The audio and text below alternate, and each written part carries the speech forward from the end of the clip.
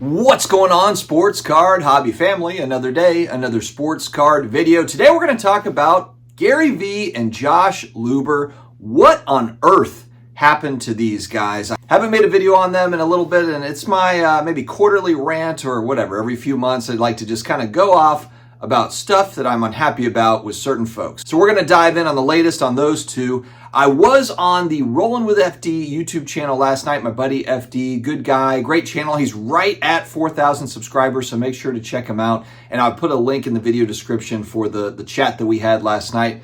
It was a really good time. Speaking of chats, I am going to have Alex, president of Hakes Auctions. He'll be on tonight. We're going to look at some of the items on the current March premiere auction at Hakes Auctions, all the variety, all the good stuff. So definitely make sure to check us out tonight, 8:30 Eastern. Huge thanks to today's video sponsor, COMC.com, for baseball card collectors. I know you're fired up for the season. They have got 30% off all select and elite baseball submissions. This promo does stack with fresh pulls. You can get submissions as low as 35 cents, and it runs through March 8th. March 8th. So make sure to take advantage. Our Tuesday shoutouts, Wooten Sports Cards on Whatnot. Definitely check it out. This guy is a machine. Pretty much sells out every week. He didn't have some streams earlier in the week, but he's looking to have some here later on in the week. So definitely make sure Wooten Sports Cards is on your list on Whatnot. I'm a football card collector. He's got a ton of really cool football card stuff and a variety of different things. So make sure to check out Wooten Sports Cards.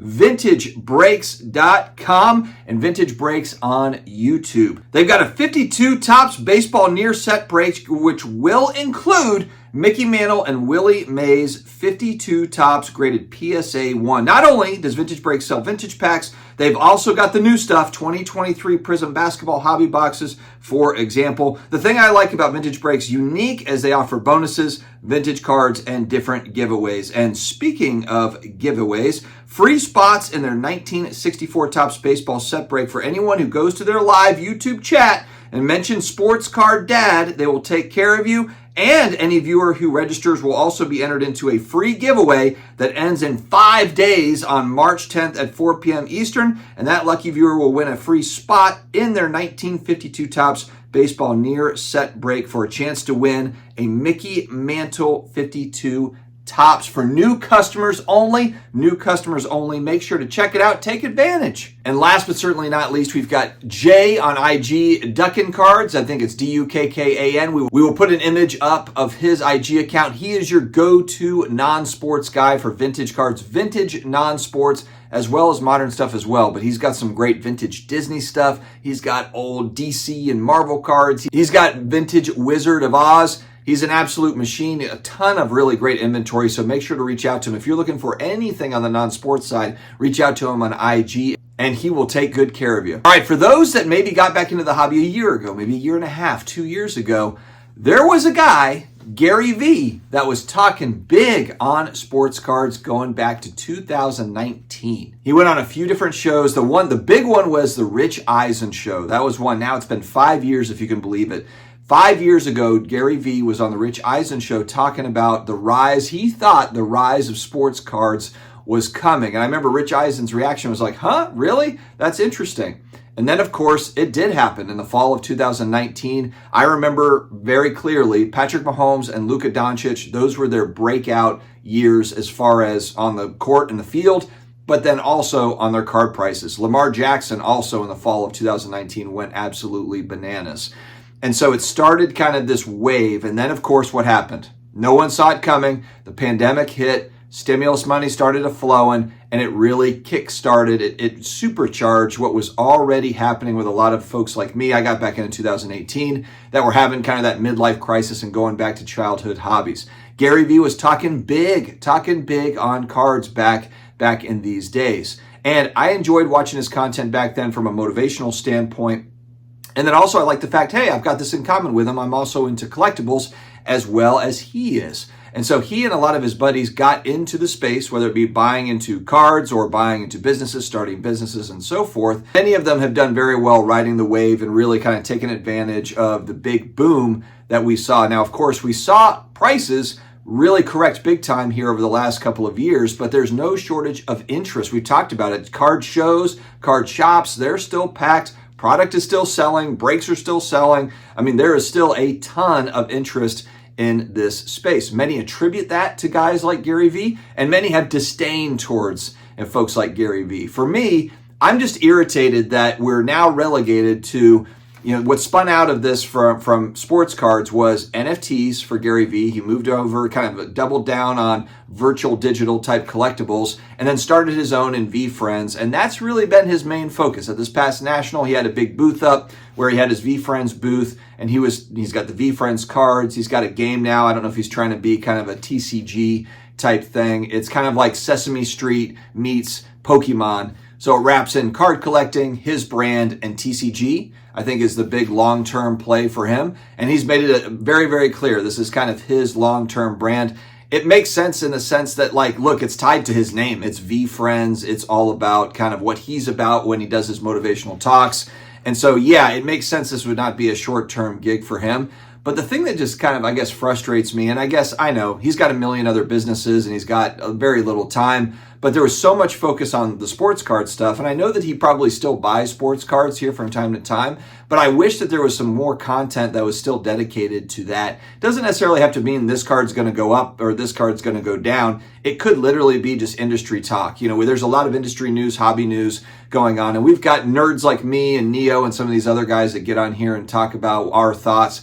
I would like to see a mix of kind of the celebrity, the big wigs, the folks that really throw around, the whales, if you will, the folks that are throwing around a lot of money. I'd like to hear from them too. There's a lot of really kind of long-time collectors, big collections that don't really have any sort of, YouTube or social media, IG presence at all. They just don't want to do it, and I can't blame them. They just want to collect their cards. They just want to do their thing. There's absolutely nothing wrong with it. But I would just like to see kind of more consistent commentary from, I guess, kind of those celebs that are collecting cards. Because I think that I know that there's quite a few, but it's just not on anyone's radar. And I'm not saying hey, I wish they would flash a card, on their IG so that it can make card prices go up. I'm talking about actual commentary on the industry and the hobby as a whole. That's what I would really like to see. But just the visual of the fact that, Gary's just not talking about sports cards really much at all anymore. It just gives the kind of the visual impression that was just kind of a flash in the pan, got in and got out, did my thing. And I just was able to use that to kind of spearhead VeeFriends, and kind of off the back of that wave, we've got NFTs and we've got VeeFriends and stuff, and it just leaves kind of a sour taste for me. It's like, where are you? I mean, the Gary Vee channel has got a ton of different content on it. It's not as if he's very focused on the algorithm, where he's got only the motivational stuff on this channel, and then on his other channel, his Gary Vee Collectibles channel, he's got Collectibles Talk or VeeFriends Talk. He puts it all on the Gary Vee YouTube channel. So if that's the case, then why not mix in more of the sports card talk, the sports card stuff? It's just disappointing. Next up, my favorite guy in the whole world. Actually, I don't have any problems with this guy at all. Never even met him, but I'm just frustrated again with kind of what happened here. It's kind of, it's in the same vein as what we're talking about with Gary Vee, and they're buddies. This is it's part of the clique, and this is what frustrates me. Josh Luber, and again, for me being a non-sports collector, it just sucks. Again, he came in, he joined ZeroCool. I listened to him talk a couple times at the Mint Collective. The Mint Collective was not even a year ago. It was March 30th, 2023. It's 11 months ago. He was up on stage with Peyton Manning and these guys talking up big on trading cards. I bought these Peyton Manning cards, blah, and we're having a great time, and I got the painted fingernails. And now the guy's completely out of the industry, and my God, now he's doing some sort of statues, some sort of 3D modeling for Ghostwrite. Ghostwrite. And this is where maybe I'm just an idiot and I don't understand. Maybe this is like fine art meets collectibles meets Funko Pops.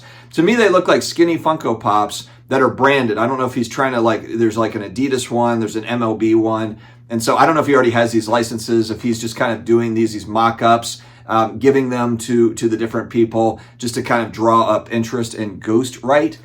And I'm sure there'll probably be a damn NFT that's attached to that as well, or some sort of a community around the NFT and Ghostwrite. I'm still trying to understand what the hell it is. And again, the disappointment of, look, ZeroCool was created. There was a ton of potential There's so much potential in the non-sports celebrity entertainment card space. Leaf has been dominating this space because there's nobody else that's really doing a whole lot with it. You know, Leaf, Pop Century, and some of these other brands, smaller brands, they're crushing it in pop culture because nobody, for whatever reason, decides to get on and do it. Topps has Stranger Things. I collect Stranger Things cards, so they came out with Stranger Things cards going back starting in 2018. ZeroCool put out a couple of nice sets that I really like. That's probably the best thing that I've seen at the National, going back to Atlantic City. They had a massive booth. That was the best thing they did as far as ZeroCool is concerned with the brands. And I don't know what happened here. I don't know if there's a huge blowout between Fanatics and Michael Rubins and the Josh Lubers. Are they still friends? I have no idea. Never heard anything. It was just kind of one day he vanished away from Fanatics, and now we've got Ghostwrite,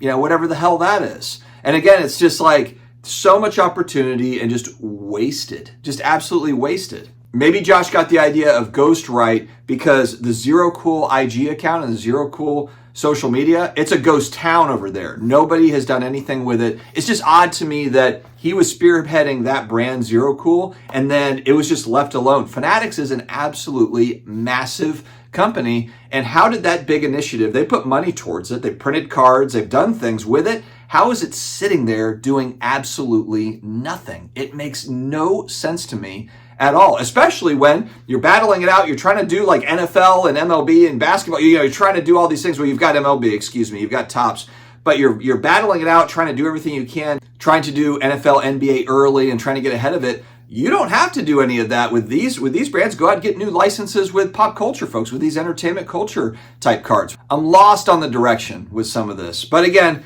two guys that I hope kind of do more back in the sports card side. I know a lot of you are going to say like, dude, we don't need these guys. Like, we don't need them to come in and bounce out like that. But I would like to see it. Maybe it's not Gary Vee, maybe it's not Josh Luber, but maybe it's other celebrities that collect cards, just more people that actually have some passion about putting some content out about it. Because I really do think that there are, and actually I do know this, I know of some examples of people that are big into collectibles, and maybe it's not necessarily sports cards, maybe it's comic books, maybe it's action figures, whatever it is, but coming out and really talking more about it and just kind of talking about what got them into it, what they're collecting, why they're collecting it. I would like to see more of that because, again, nothing against all the other YouTubers like myself and the IGers and all that. It's great, but times, including my own content, can get a little bit redundant. I'd like to hear some fresh voices, but also some big names out there. And whether that's they're collecting $10 cards or they're collecting $1 million card, I would like to just kind of hear the thought process and get their take on the industry as well. Because we've gotten the take of, content creators that started out like me in 2020. We got the take of the dealers, the breakers. We've kind of gotten these takes. I'd like to hear from outsiders looking in at this world, and what are they thinking? Are they like, wow, this is nuts, or this is awesome? I'd like to hear it. So anyway, I hope you all have an amazing day ahead. Stay healthy, stay awesome, and I will talk to you again later.